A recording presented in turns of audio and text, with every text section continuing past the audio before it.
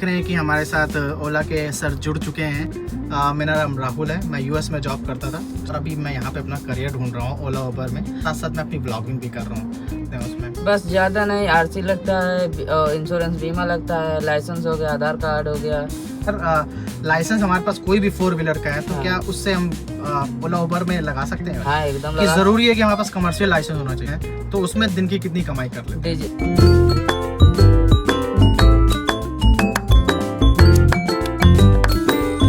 दोस्तों स्वागत करता हूं आपका एक बार फिर से अपने चैनल पे, जिसका नाम है अमेरिका रिटर्न कैब वाला।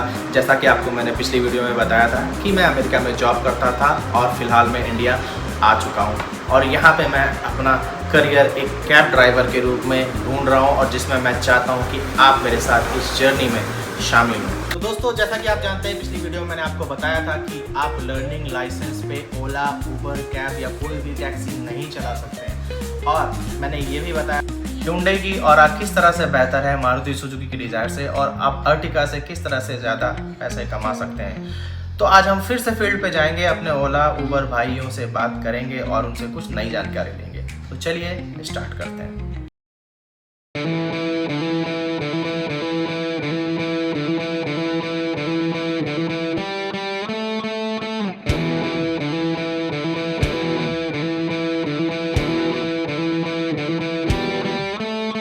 तो वेलकम बैक गाइस। जैसे कि आप देख रहे हैं कि हमारे साथ ओला के सर जुड़ चुके हैं। फाइनली इन्हें अलाउ कर दिया मुझे इनसे सवाल पूछने के लिए। तो sir welcome to the vlog. मेरा नाम राहुल है, मैं यूएस में जॉब करता था। यहाँ पे अपना मैं करियर ढूंढ रहा हूँ ओला उबर में और उसके साथ साथ मैं अपनी ब्लॉगिंग भी कर रहा हूँ। सबसे पहले अपना नाम बता दीजिए। विकास कुमार सर। विकास कुमार। तो विकास कुमार सर, आपका चैनल में स्वागत है। तो मैं आपसे ज़्यादा आपका समय नहीं लूँगा। 4-5 क्वेश्चन है मेरे पास जो कि मैं ओला या किसी भी हमारे जो भाई ओला उबर के काम में आना चाहते हैं उनको बताना चाहता हूँ कि क्या क्या चैलेंजेस हैं और स्टार्टिंग कैसे कर सकते हैं, वो डॉक्यूमेंट्स क्या क्या लगते हैं। सारे सवाल जवाब आपके सामने आएंगे। तो सबसे पहले मैं आपसे सवाल ये पूछना चाहता हूँ कि ओला उबर में अगर आप अपनी गाड़ी डालना चाहते हैं तो स्टार्टिंग में डॉक्यूमेंट्स क्या क्या चाहिए होते हैं? स्टार्टिंग मतलब खरीदना के ऐसे मतलब ओला उबर में लगाना। जैसे हमने ओला उबर खरीद लिए, हाँ। उसके बाद अगर हमको ओला उबर में लगाना है गाड़ी तो कितना समय लगता है और डॉक्यूमेंट्स क्या क्या लगते हैं उसमें? बस ज़्यादा नहीं, आरसी लगता है, इंश्योरेंस बीमा लगता है, लाइसेंस हो गया, आधार कार्ड हो गया और पैन कार्ड, बस यही चीज़ लगती है और कुछ नहीं। अच्छा, लाइसेंस हमारे पास कोई भी 4 व्हीलर का है तो हाँ। क्या उससे हम ओला उबर में लगा सकते हैं? हाँ एकदम कि लगा। ज़रूरी है कि हमारे पास कमर्शियल लाइसेंस होना चाहिए? नहीं नहीं, जरूरी नहीं, हमारा भी 4 व्हीलर है, आप किसी का भी लगा सकते हो, अपना लगा सकते हो, जिसका लगाओ पर उसका पैन कार्ड या आधार कार्ड उसी का होना चाहिए।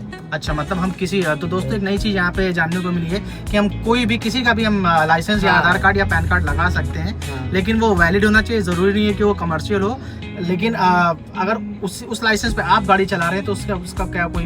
नहीं, उसका कोई नहीं दिक्कत, उसका आईडी है तो आप उससे अपना लाइसेंस लगा के चला सकते हैं। अच्छा जी, चलिए ठीक है सर, बहुत अच्छा जवाब दिया। तो दोस्तों आप भी देखते रहिए। अगर आपको लगता है कि आपको और भी इसमें कुछ सवाल जानने हैं तो आप कमेंट्स बॉक्स में कमेंट करके पता कर सकते हैं। तो सर दूसरा सवाल मैं आपसे पूछना चाहूँगा, कितना समय हो गया आपको गाड़ी चलाते हुए, मतलब 4 व्हीलर चलाते हुए कितना समय हो गया? हो गए हमको 6 महीने। देखिए हाई डिमांड एरियाज जो होते हैं सिटी के, जैसे कि अभी हम लखनऊ में बैठे हैं, तो यहाँ पे कौन से एरियाज ऐसे हैं जहाँ पे ज़्यादा बुकिंग्स आती हैं? ऐसे तो सर हो गया चार बाग, विभूति खंड, पर इस समय जो हो रहा है काम थोड़ा कम चल रहा है, इसीलिए कहीं जाते हैं तो आधा 1 घंटा 1.5 घंटा नहीं भी मिलती भी हैं। अच्छा जी। हाँ।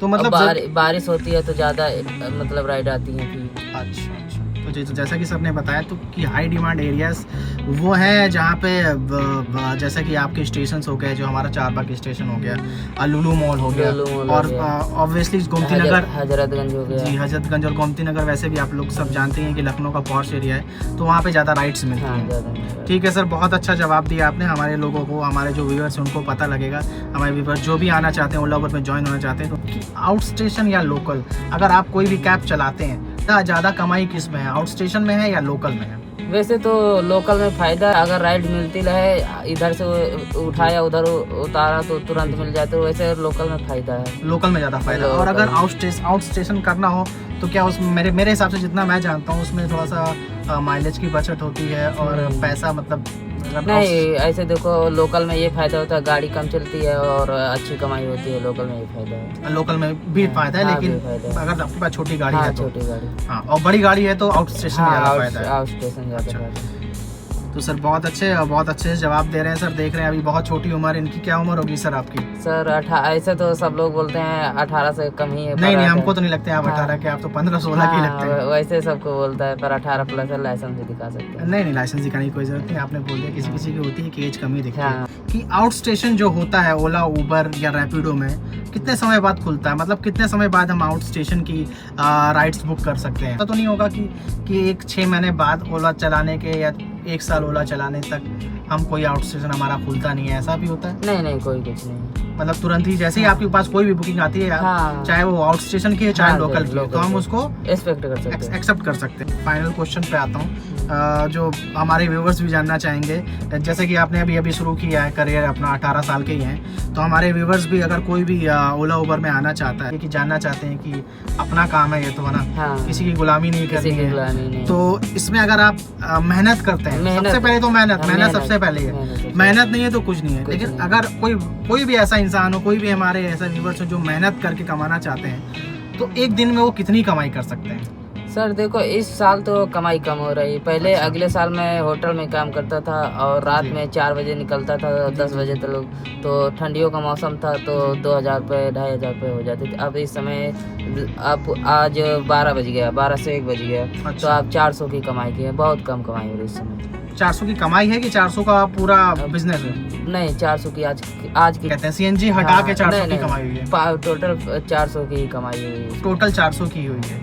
चलिए ठीक है, ये भी आप दोस्तों को आप ये भी देखिएगा कि सीजन भी बहुत मैटर करता है। अगर जैसा सीजन है तो वैसी ही बुकिंग होती है, और अगर सीजन सही नहीं है तो बुकिंग कम भी आ सकती है। लेकिन गाड़ियाँ भी ज्यादा हैं तो गाड़ियाँ भी ज्यादा है, लेकिन इससे डिमोटिवेट होने की भी कोई जरूरत नहीं है, क्योंकि अगर आप मेहनत करते हैं, अगर आप जैसा कि आपका आज 400 है, तो आप ये होगा कि आप जैसे 9 घंटा चलाते हैं तो हो सकता है 12 घंटा चलाना पड़े उस दिन, लेकिन आप कमा सकते हैं अगर मेहनत करें। अपने मतलब अपना वो निकल आएगा बेनिफिट, मतलब 2-2.5 हजार रुपए आप प्रॉफिट, मतलब जितना सीएनजी हटा के 2-4 हजार रुपए आप ला सकते हैं अच्छे से। तो देखिए दोस्तों, डिमोटिवेट होने की कोई ज़रूरत नहीं है। हर जगह कोई ना कोई चैलेंजेस होते हैं, लेकिन उसका मतलब ये नहीं है कि हम उससे पीछे हट जाएं।